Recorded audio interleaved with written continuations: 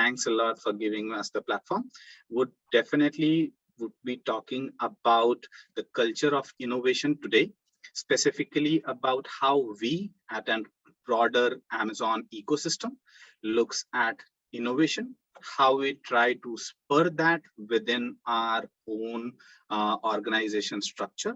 And I definitely hope that you can take something from this session and can implement those into your organization.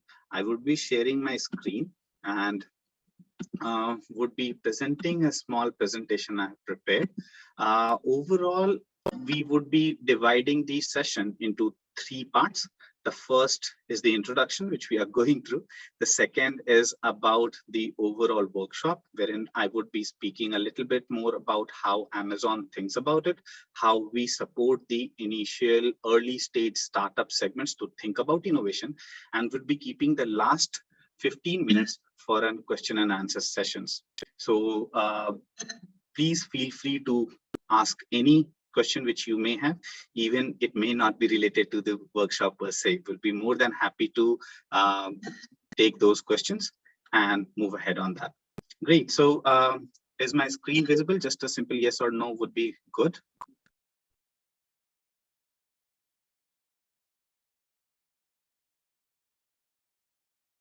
Okay. Got it. Great. So let me take a step back. Sorry. I think this is visible. Yes. Great. So let me introduce myself. My name is Ashish Sinha, and I lead the early stage startup segment for AWS MENA, primarily responsible for creating more programs, supporting more initiatives in order to support the early stage startup ecosystem. We do so by providing certain set of accesses to the individual early stage startups. Primarily those are access to resources, which includes the business and technical side, access to market, which involves the go-to-market strategy for the early stage startups, as well as access to capital. We do so through our startup organization partners, and those startup organization includes VCs, include ANIs, include angel investments, includes the co-working spaces and all. I'm reachable on the email ID I have mentioned over here. So in case somebody wants to get in touch with me to talk about the individual startup or to chat about, let's say, the overall ecosystem, feel free to drop me a line. Now, I would like to start the session with one of the quote from Jeff, one of the core line which he has always mentioned, that invention comes in many forms and at many scales, specifically emphasizing on those inventions which empower others and those individual transformations and inventions are more radical, which unleashes the creativity of others. So it's always our role to have more better environment for the individual team members or external stakeholders to unleash their creativity so that the common pursued dream can be achieved. Now, this was very evident in the first letter sent by Jeff, wherein he mentioned that this is day 1 for the internet.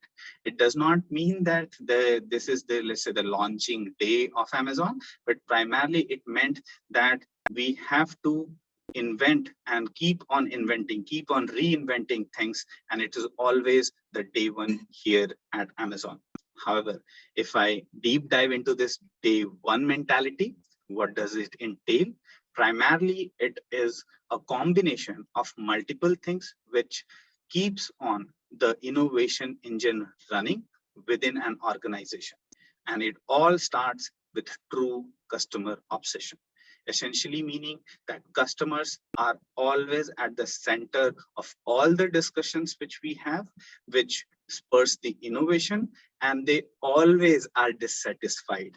If a customer is dissatisfied, which means it fuels the growth within the individual teams to support them, to obsess about their dissatisfaction and solve for it. Once you start solving for them, definitely the innovation engine will keep on running. However, while we are solving for the customer dissatisfactions, it's also imperative and important that we resist the proxies. There are so many times that the external stakeholders or externalities pushes us to take a decision which may be coming from heart, from curiosity, from intuition, and they may be wrong.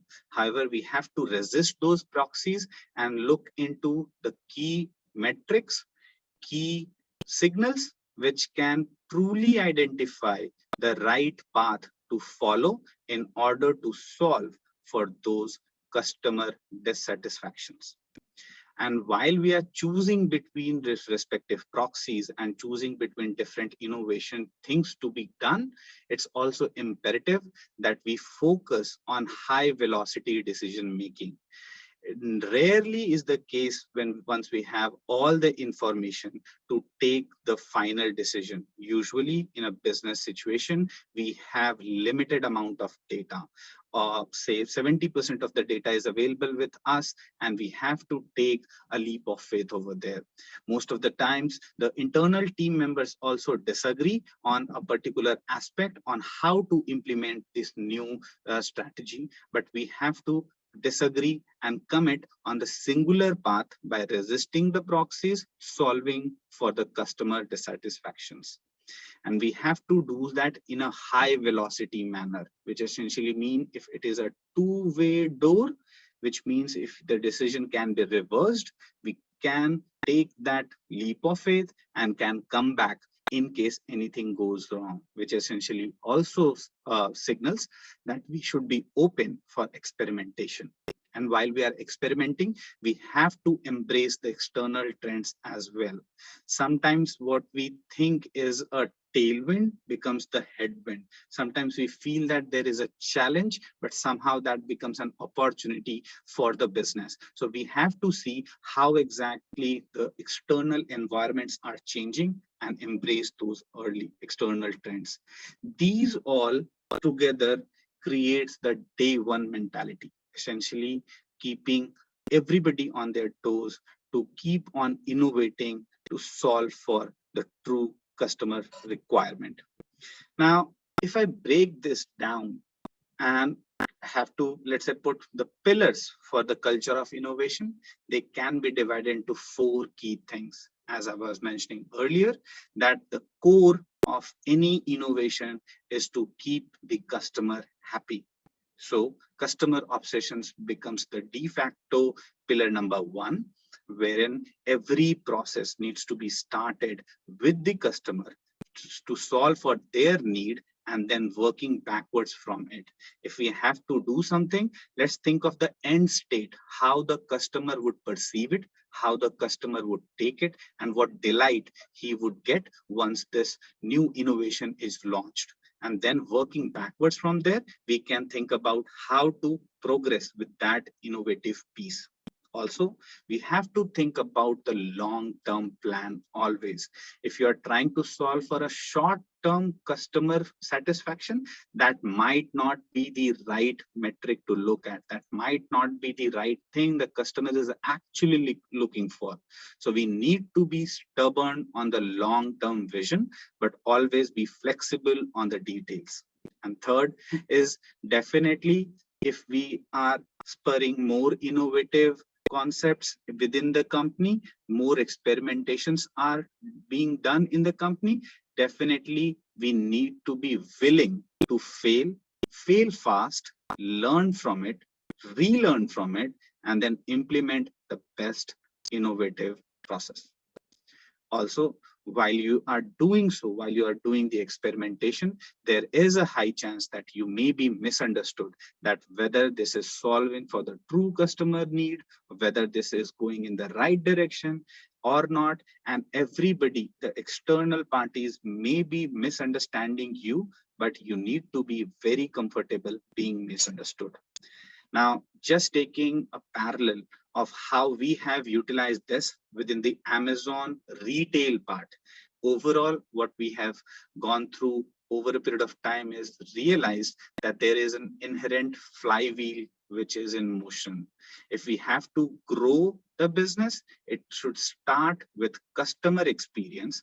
And a customer experience can come only if we have the right value to the customer, if we give the right selection to the customer, and if we give them right convenience to the customer, which will increase the traffic on the platform, which would increase more sellers to come on the platform to sell, and in turn that would lower the prices of the on the platform, as well as the cost structure, because of the magnitude of scale, will go down and will again lead into a better customer experience.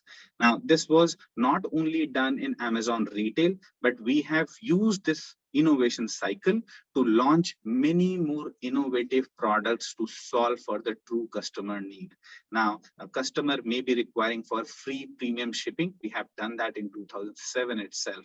While they were looking for Prime, they also wanted more value to be derived out of it. And hence we launched Prime Videos, Prime Photos, Premium Access, then topped it up with Prime Music, Amazon Pantry, with free same-day delivery, and then expanded on that. So just I wanted to have a parallel drawn of what we were talking about innovation and how we have used it over here. However, if somebody asks me, and whenever I talk to people on this culture or innovation piece, they want me to break it down into actionable item, that what can they do immediately within their organization so that this innovation engine can be reignited and can take the fastest pace. So overall, the organization can be organized for innovation with 4 key activities. The first and foremost is how exactly we look at the mechanisms of spurring the innovation, for kickstarting the innovation. And as I was mentioning earlier, that while we are keeping the customer obsession centrally, we have to work from the customer requirement and work backwards towards it, which essentially means that in case, say, for example, a customer require a better or faster or better delivery system, we need to see what assortment percentage on an e-commerce parlance, what percentage of assortment can be delivered within 4 hours, within 8 hours, within 12 hours. And if we have decided on a selection which can be delivered within, say, 12 hours, then how exactly our operations team would be working in order to do so. So taking the customer need front and then working backwards from it will spur the innovation. Second thing is always write it down. It's imperative that we focus on customer need and then write a press release for it internally, publish it internally, so that everybody is aware within the organization that how would this new feature, this new innovation piece would be looking like, what the customer would be driving from it, how this would be benefiting the overall ecosystem, how will it work. So if you publish this beforehand, before creating the product per se, everybody is aligned on the final outcome, and hence writing the press release becomes much more important. However, writing the press release is for the external customers, for the external stakeholders. How would they perceive it? How would they perceive the new piece of innovation which we are going to implement? Internally, however, while we have to talk to, let's say, the respective teams who would be supporting this new innovative piece, we have to write the frequently asked questions within the organization and share it alongside as well. These FAQ typically contains the top questions which can be asked. In case, as I was just taking an example of reducing the delivery time, the frequently asked question may be, what would be the P&L impact? What would be the delivery team doing? How exactly the CRM would be working? What would be the top concerns from the operations team or from the warehouse team or from the delivery team, right? So these frequently asked questions should be summarized and then written it down properly so that everybody is aware of their role. I'll come to that later, how exactly their roles is defined to a respective team and how to organize within the team itself. And third, in case there are technical items include, some technology stacks to be included, let's define the user interaction and write their manual, which piece would work with which other infrastructure, how exactly they will be speaking within each respective teams, and how the manual would be working like. Second, another important piece is the architecture. If you are going ahead with an innovation, definitely IT infrastructure needs to be supporting the innovation. And we need to ensure that we are creating the self-service platform, essentially meaning that instead of relying on one particular team, which can be the single point of failure once stressed, we have to loosely decouple them, and we have to create a platform which can be self-serviced by themselves. Essentially meaning that individual architectures need to be experimented by majority of the team members, and they should be self-serviced. In order to do so, we definitely need to decouple them, and for that, definitely AWS have majority of services available for the startups, for enterprises, for SMBs, and they can be leveraged as well. What we have realized is if we also decouple all of them, say for example, the analytics piece is different from the mobile services piece, and IoT piece is different than say AI piece, then definitely individual team within these architecture will be working together, but on the self-service platform. Now, what we have also realized is once this was done, the number of times the cost reduction has happened. It's substantial, and that has led to more funding from the institutional funding organizations as well. Now, next is basically I wanted to talk a little bit more about the culture piece, that in order to ensure we have the right innovative organization which can fulfill the desire to spur more and more innovation, we need to have a trust on our people. We need to hire more builders, innovators, and entrepreneurs, and we have to believe in certain leadership principles. Just taking an example of how Amazon looks at the leadership principle is a set of kind of a guidelines, a loosely decoupled guidelines, wherein whatever decision we make is ensuring that the leadership principles are ingrained within those decisions. Just taking an example, whenever we are taking a decision, it needs to be delivering result. It needs to basically dive deep. It needs to have a trust from the other internal and external stakeholders as well. It needs to be frugal. It needs to be a little big, long-term perspective, forward-looking decision. So if the individual team members of the organization believes and have the faith that every one of us is the leader on our mission, any leadership principle which you may define for your organization, that it gets ingrained in their DNA. For us, it's these 12 plus the 2 more ones, and we are always open and say that unless you know better ones, please be a leader and let us know what additional leadership principle can be pointed it out over here. Since we have defined this, everybody is aware of all these leadership principles, and in most of the conversations regarding innovation, regarding any new initiatives we are taking, we definitely tend to keep all these leadership principles in mind. And while we are building a culture which promotes the belief, promotes the innovation engine, it's also important that we give the free rein for experimentation to the individual teams who are doing it. So definitely we should be open, more open to, sorry, just a moment. Yeah, we have to be more open for experimentation. This is one of the snippet from another shareholder letter which was shared in 2016. The key things which I wanted to focus over here is that we at Amazon have mentioned it publicly to all the stakeholders that we are the best place in the world to fail, and failure and invention are inseparable twins.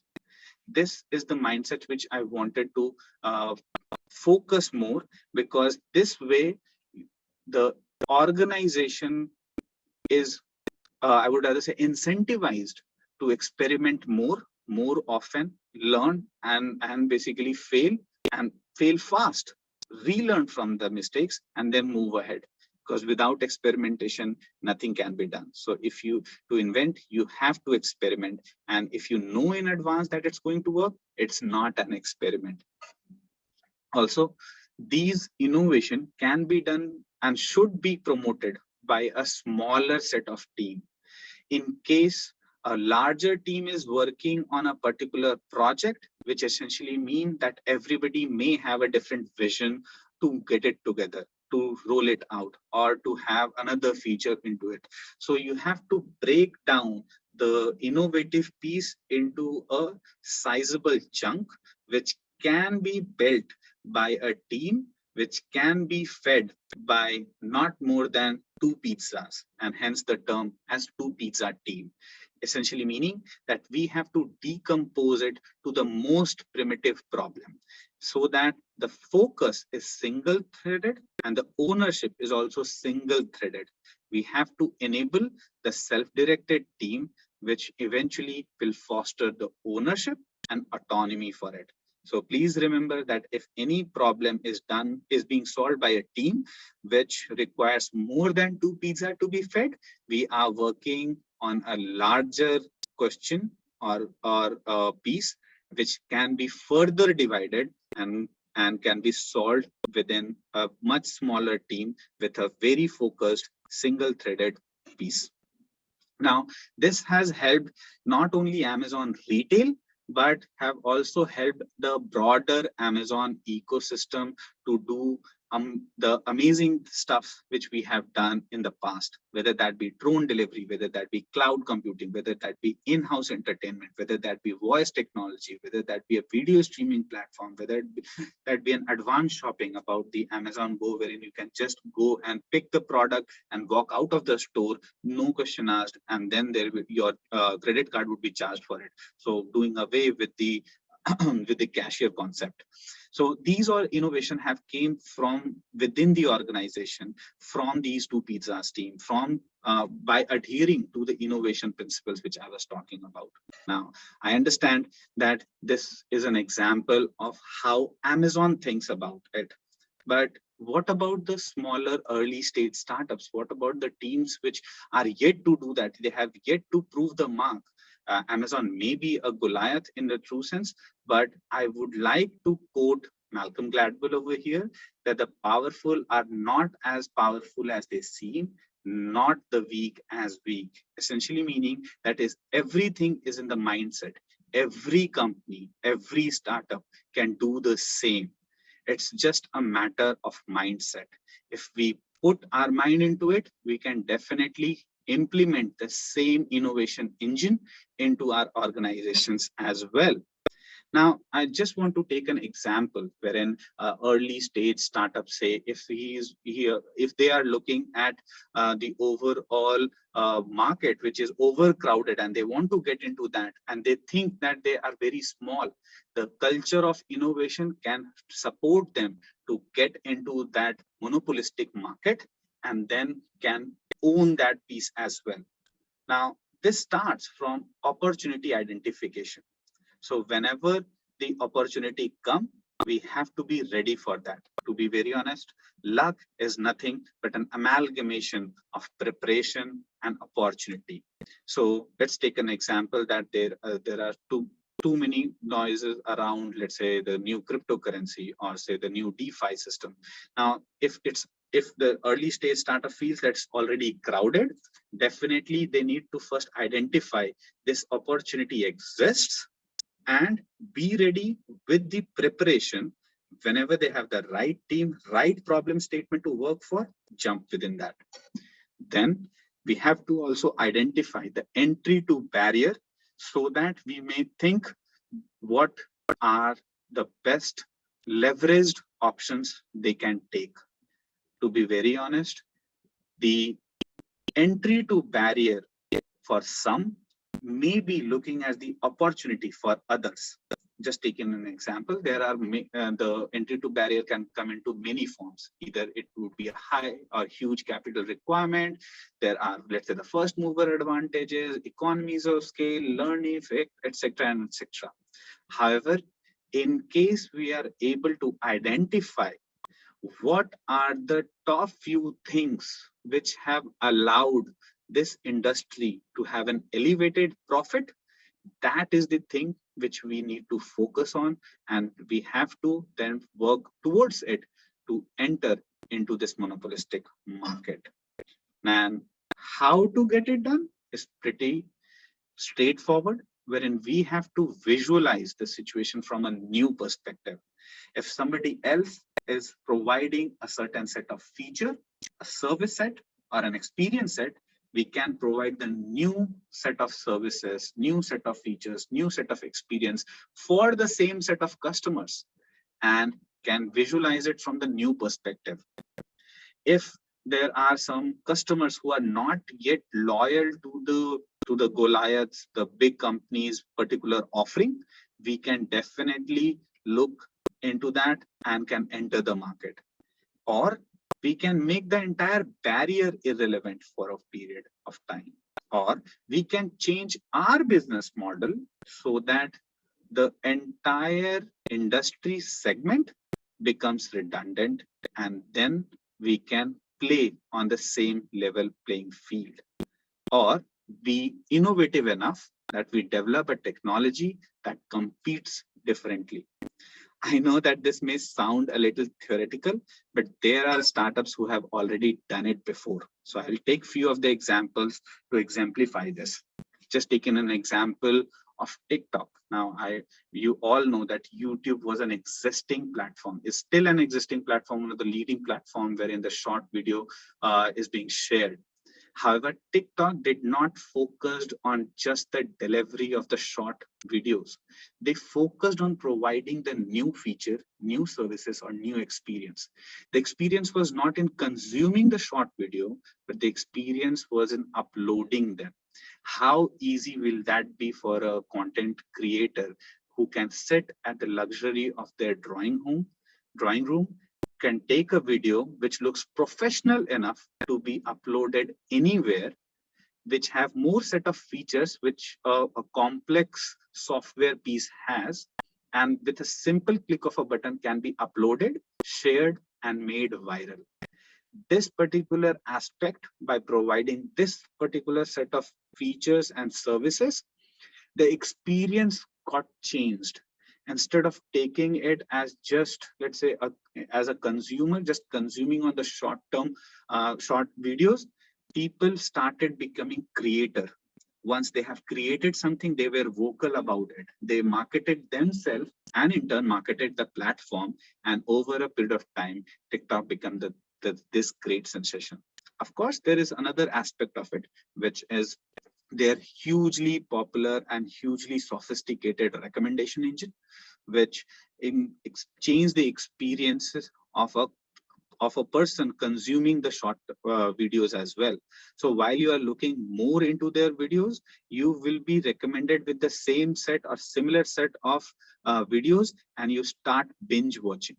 Once 30 minutes is over, once the first set is over, you will be moved into some other format, some other theme, and then you would start binging on that particular set of videos. So of course, they have provided the new features, services, and experience. And even though it was the market was monopolized by one of the players, they made a mark for themselves by keeping the innovation engine running. Another example wherein a particular company targeted the customer who were not yet loyal to a particular offering can be a Gymshark. This is a different example, not a tech example, but just an example in the clothing line, wherein though Nike was focusing on each and every sports, there it is, whereas let's say wherein they were focusing on tennis, they were focusing on basketball, baseball, everything, but Gymshark came into picture and focused only on gym goers, whether the athleisure meets the gym requirements or not.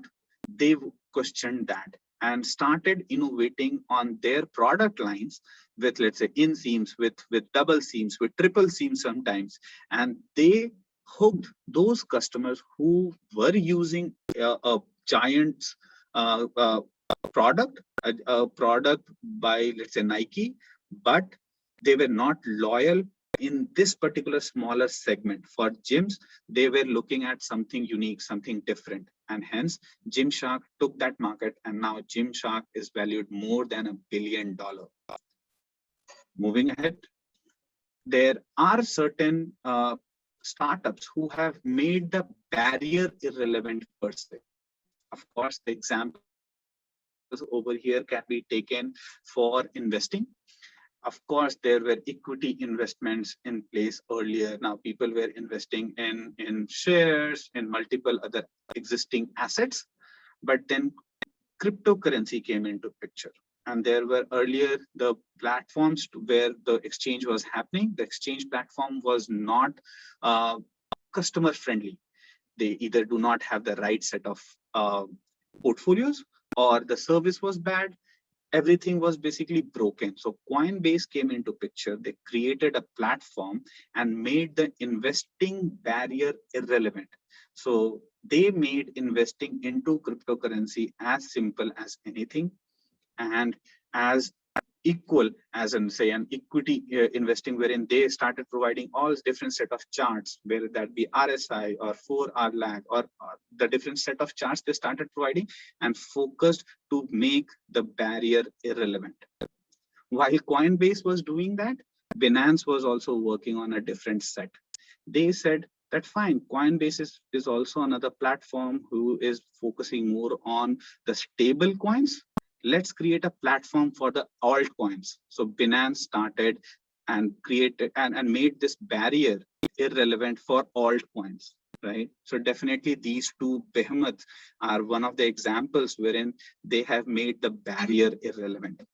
Another one wherein a startup have changed the business model and became much more successful can be taken as Getir. These are just sample examples I'm taking. There are multiple startups who have done that like this. So Getir, instead of focusing just on delivering the grocery items, they focused on 10-minute delivery, guaranteed 10-minute delivery, work backwards from there, and that express delivery model, basically they nailed it to the T. And while changing it, they become $1 billion startup as well. Or I can take another example of UiPath, which have developed a technology that competes entirely different. They are a platform which automize all the regular stuff which can be done, let's say, automagically, I would rather say. So they have developed a technology which competes entirely different by focusing more on their core strengths. So yes, of course, these principles have been used by other startups, by other entities, and you can do it too, right? So the bigger question over here is, can you do it? Can you go ahead and start these innovation engine within your organization? Can you go ahead and do that? So yes, of course, the short answer is, of course, yes, you can do so. You have the power. I'm just taking an example over here. The visual over here is the sword of He-Man. That is basically one of my childhood memory. I just put it over here to emphasize that you have the power of AWS behind this innovation. We are always there to support you.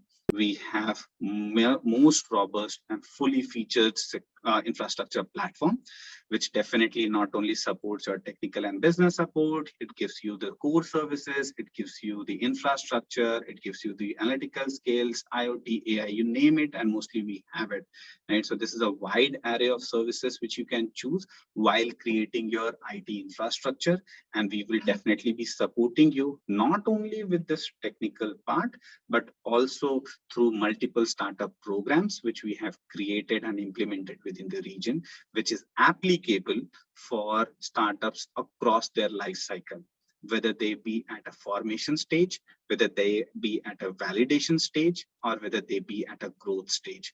And we support by reducing their cost, by providing them training, by giving them tech support, by giving them solution architect support, by giving them the go-to-market and sales support, or by giving them the funding support.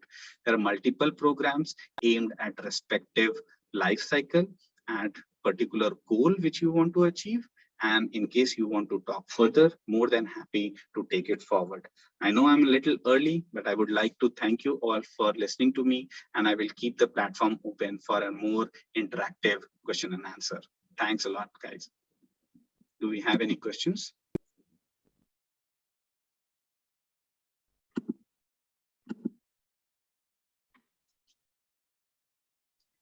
Would love to have an interactive session. We'll appreciate if you can put your questions in the platform on the chat screen, so that I may take it.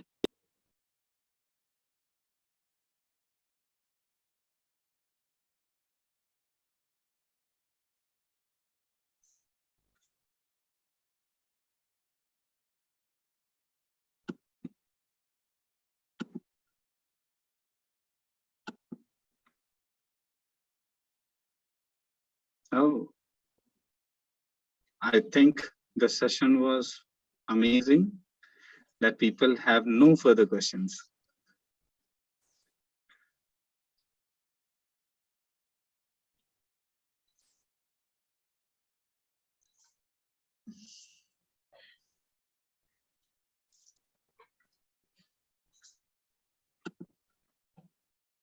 When are you going to have your data center in Qatar? Yusuf, thanks for the question. I'm taking this up. So this definitely is a decision wherein which country to focus on. However, just to answer you shortly, having a data center or not having a data center does not impact a startup's potential to scale faster. It just ensures that the data is there within the country. That's all. Given the majority of the startups right now are on cloud, they are leveraging the cloud technology to serve the customers across the globe. Definitely, it requires them to be able to keep the data closest to their consumers. So definitely, a majority of the startups are looking to serve other countries as well. However, pertaining to your specific question, I may be unable to answer it because this is a highly sensitive information. Where are we going to launch the data center, or when are we going to launch the data center? I would be unable to remark in this open platform. However, feel free to drop me a line. Would love to converse with you in order for me to understand the actual requirement of yours, so that we may support you from the other angles as well. There are multiple entities, there are multiple enterprises, startups in Qatar who are currently using AWS and without having the data center over there, right? So we can definitely plan it out. We can think what exactly is your core customer need, and then we can solve backwards from it. Does that answer your question?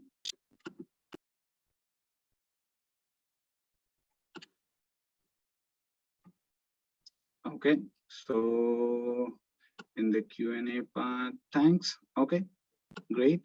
In the chat part, I can see another question. Does Amazon have large R&D? And if yes, what is the innovative concept they are using?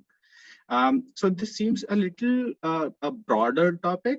So definitely we have R&D into Right, thank you very much. Can anyone start a work that? Okay, so Jabir, I'm just taking a question. Does Amazon have large R&D, and if yes, what is the innovative concepts they are using? I'm just trying to mention that Amazon ecosystem is a much wider ecosystem, and we have respective teams who are working on respective work streams.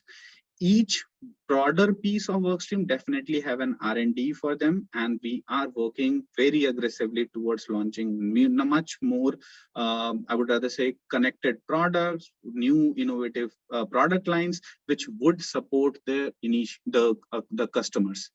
Now, what is the innovative concept they are using? They are definitely using the new age technology, which is of the age, whether that be voice technology, whether that be AI, ML. So there are, or whether that be satellite, or whether that be, let's say, even delivery into the new style. Definitely all of the innovations are currently going on. Feel free to ping me or text me about a specific use case, about a specific innovative concept wherein you want to know more about them. I would be more than happy and glad to support you in that particular aspect as well. Now, does that answer your question, Jabir, by any chance? I know that this was a little broader question and hence a broader answer as well. Okay, Osama is asking, thank you very much. Can anyone start a work I mean, working in drone for delivery and photography? Drones. Can start working on drones. So yes, of course. So drone for us is basically, we think of it as a from multiple angles, right? So drone and photography, if you look together, this is just a medium of delivery or medium of capturing, right? So either you use drone, which is I would rather say just a vehicle or just a entity to transfer things from here or there, and then whatever you are using the drone for becomes much more important. So if you are just talking about drones as an IoT device, definitely there are more innovation going on over there. Using drone to deliver is also another innovation going on. Using drone to capture something, say data. Data can be from any segment, whether that can be audio, video, whatever. Those data is being captured, and how exactly to utilize that data is also currently going on. So the short answer is yes, we are working on multiple work stream on all the three sides for the device per se, using the device to do something as well, and using the device's data to solve for a particular customer need. We are working on that as piece as well.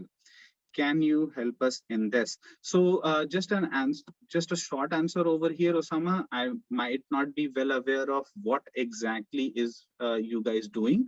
So would love to have a conversation with you to understand what is the core customer problem you are trying to solve for, and how drone comes into picture over here. Do we want to stick to drone, or do we want to, let's say, expand further? How exactly it makes you future proof as well? And then we can definitely talk more about that as well, right? So feel free to drop me a line. I'll definitely be much more willing and happy to support you on your use case. Does that answer your question? How can we want to start a work in delivery? Okay, so let's take this offline. This is definitely something which we are working on overall across the globe.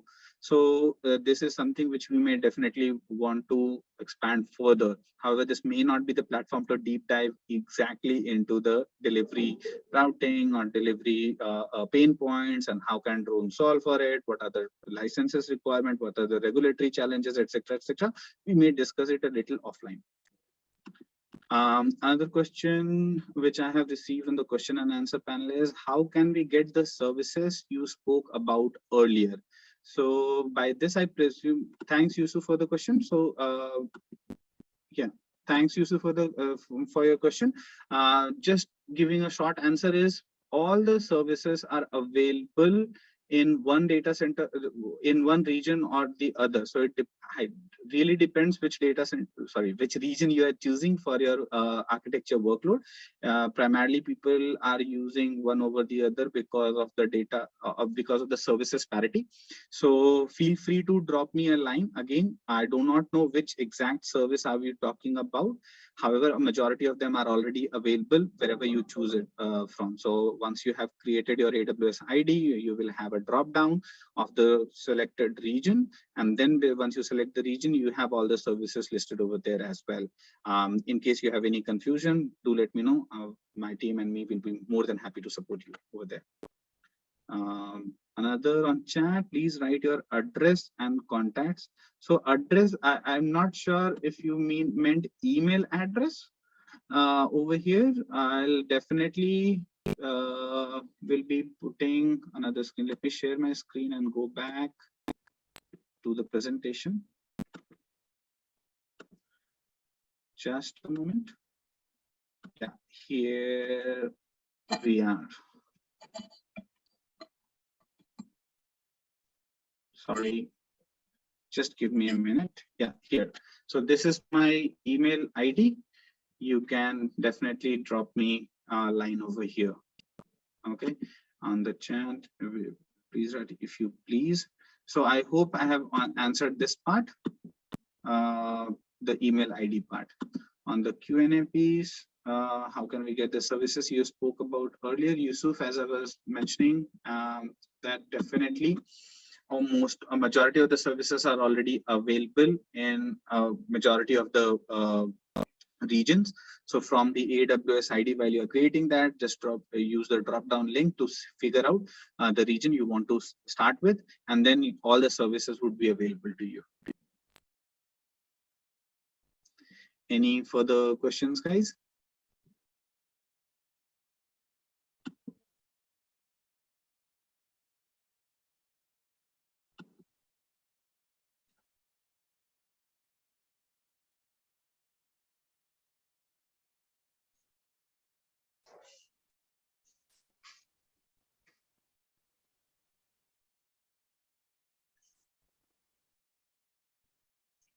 Well, I think since there is no more question, we reached the end of our webinar. Awesome. So thanks a lot for hosting me. I can definitely give back 15 minutes of, 10 minutes of your time back to you. It's okay when we're waiting. If anyone has questions, it's okay. We can wait just for one more minute. But if there is no question, I would like to, first of all, thank you, Mr. Ashish, for this great workshop. And I would like to thank you all for supporting or even by attending. And we hope that everyone enjoyed the experience and received beneficial information. So if there is no more question, we will end the webinar for now and see you inshallah in our next workshop. Thank you, everyone. Thank you, everyone.